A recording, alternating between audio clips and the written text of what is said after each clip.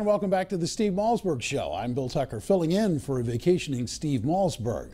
Before we get to my next guest, Bill Donohue, I'm joined by my Newsmax TV colleague Miranda Kahn to discuss the canonization of Mother Teresa, which is scheduled for Sunday. Miranda. Thanks, Bill. Mother Teresa was deeply dedicated to helping others throughout her entire life, and now Pope Francis will honor her with her upcoming canonization this Sunday. He wanted that we love one another, that we see him in each other. Mother Teresa won the Nobel Peace Prize for her good works in 1979, but her mission of helping others started long before that. Born in 1910, she became a nun at the age of 18. She taught in India for several years, but in 1946, Mother Teresa felt a new calling to help the poor and the sick. She founded the Order of the Missionaries of Charity, establishing a nursing home, an orphanage, and health clinics. Then in 1971, she traveled to New York City to open her first America-based charity. Mother Teresa's first miracle came in 1998, 1 year following her death. An Indian woman was cured of a tumor after nuns placed Mother Teresa medallion on her stomach. Then, last year, Pope Francis recognized a second miracle. A Brazilian man was cured of a brain infection after his family prayed to Mother Teresa. That second miracle paved the way for Mother Teresa to be canonized. Back to you, Bill. Thank you very much, Miranda. What's to argue with that? Well, apparently there are a number of people who want to argue with that and don't see her life as simply one of nobility and one who worked with the homeless and fed the hungry. Joining me now is Bill Donohue. He's president of the Catholic League. He's a Newsmax contributor, author of a new book, Unmasking Mother Teresa's Critics. Bill, good to see you again. Thank you so much, Bill. Thank you.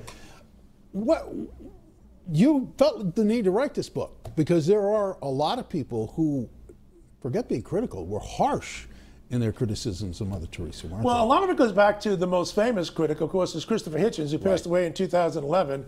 We had a formal debate at the Union League Club. We clashed on TV many, many times. I had a demonstration in the streets of New York outside the Empire State Building back in 2010 because they wouldn't light up the tower in blue and white, or they did for the Chinese communists who killed 77 million people, but they wouldn't light up for her, Mother Teresa. She's too controversial. So in other words, I had something invested in her. I never met her. It's my loss. And besides Hitchens, there are a number of others. They're not as well known, but I thought it's good enough for them to come out and make their argument. Somebody needs to take them on point by point and take them seriously and knock them down. And that's what I proceeded to do in this book. What was it that, I having met Christopher Hitchens a couple of different times, I never understood his really harsh, cynical take on Mother Teresa, which frankly shocked me. Well, one of the things that drove me to write the book, Bill, is that I looked at all the major criticisms of her, and then I looked at the major people who made them, and look for some similarities. Was there any kind of conjoining common denominator here that would explain their animus? Two. One is easy for the viewers to understand: militant atheism. Not just atheists. A lot of atheists would love her. If I mentioned some of the book. Right. Militant atheists. But there's something else which is not as self-evident. They were diehard socialists. Now, why would a socialist have a problem with Mother Teresa? Because in the mind of the radical socialist, helping the dispossessed is the job of the state and the state alone. When they see private voluntary efforts, outreach efforts for the destitute, particularly when it's coming from a Christ-centered person, that's a threat and an obstacle and a deterrent. They also, relatedly, this is true of Christopher and some Canadian professors who a few years ago hit on her, they regard altruism as a myth. They must, because most altruists in history have been faith-based people. So they want to knock that down. She was a tool of the Vatican, manipulated by the Vatican for self-serving reasons. Well, the Vatican then must have been somewhat clueless, Bill, because they didn't know who she was in the 1950s and 60s and 70s and 80s. She was discovered by an atheist from Britain, Malcolm Muggeridge, who, because of her, he became a Catholic.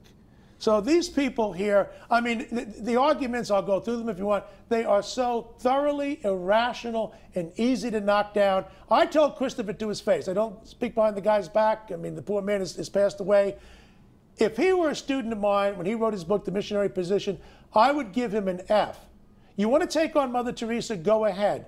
Where's your evidence? Where's your attribution? Where are your endnotes? Where are your footnotes? Zero. My book's not any bigger than his. I've got more footnotes than I do pages because I don't want somebody to come back saying, well, these are Donohue's unsupported opinions. No, I've got the evidence where Christopher had none. You know, I don't know if we had a picture of the book up before we got into it, but if you're looking for this book, this is what it looks like. You can take a look at it now. Again, it's by my guest, Bill Donohue. There, it's on the full screen there. Unmasking Mother Teresa's Critics. You know, it's interesting to me that people can't accept altruism. And let me ask you something, and I think I know the answer to this. Go ahead. Did she ever not feed? Did she never not clothe? Did she never not give comfort to someone who wasn't a Catholic? Did she say, I'm sorry, you're not Catholic, you don't get it? Never, never, never. As a matter of fact, she professed a belief that I'm not interested in who I serve, what the causes of poverty are, that's for intellectuals to discern, why they're here. I'm here to serve, and that's it. She begged people, when you have a child who is malnourished and you can't take care of them, please give them to me. I will love him. And when Margaret Thatcher met her, she said, oh, Mother Teresa, you do great work, but I want to tell you something. We have a very good welfare system here in England. And her answer was great. She said, yes, but do you love them? You see, love can't be learned in the classroom when you get your master's degree in social work. I'm not against MSWs. Right. I'm simply saying that has to come interior. That's when you have by love. You know, and altruism does scare the atheist. There's a great book by Samuel and Pearl Oliner, two fantastic sociologists, non-observant Jews, who wrote the book, The Altruistic Personality. Who were the people who were the most likely to risk their lives to save Jews during the Holocaust? People of faith. Catholics, number one.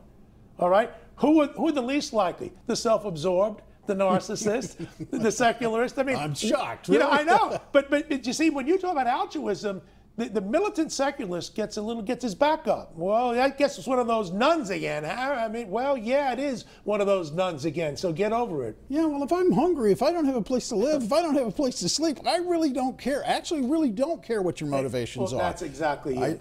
You know, so I don't understand how somebody could be so hung up on a political ideology that they find it unacceptable or not understandable that someone like a Mother Teresa would reach out and do this. Well, what about the guy who the New York Times rolled out this week, who started the whole crusade against Mother Teresa with Christopher Hitchens?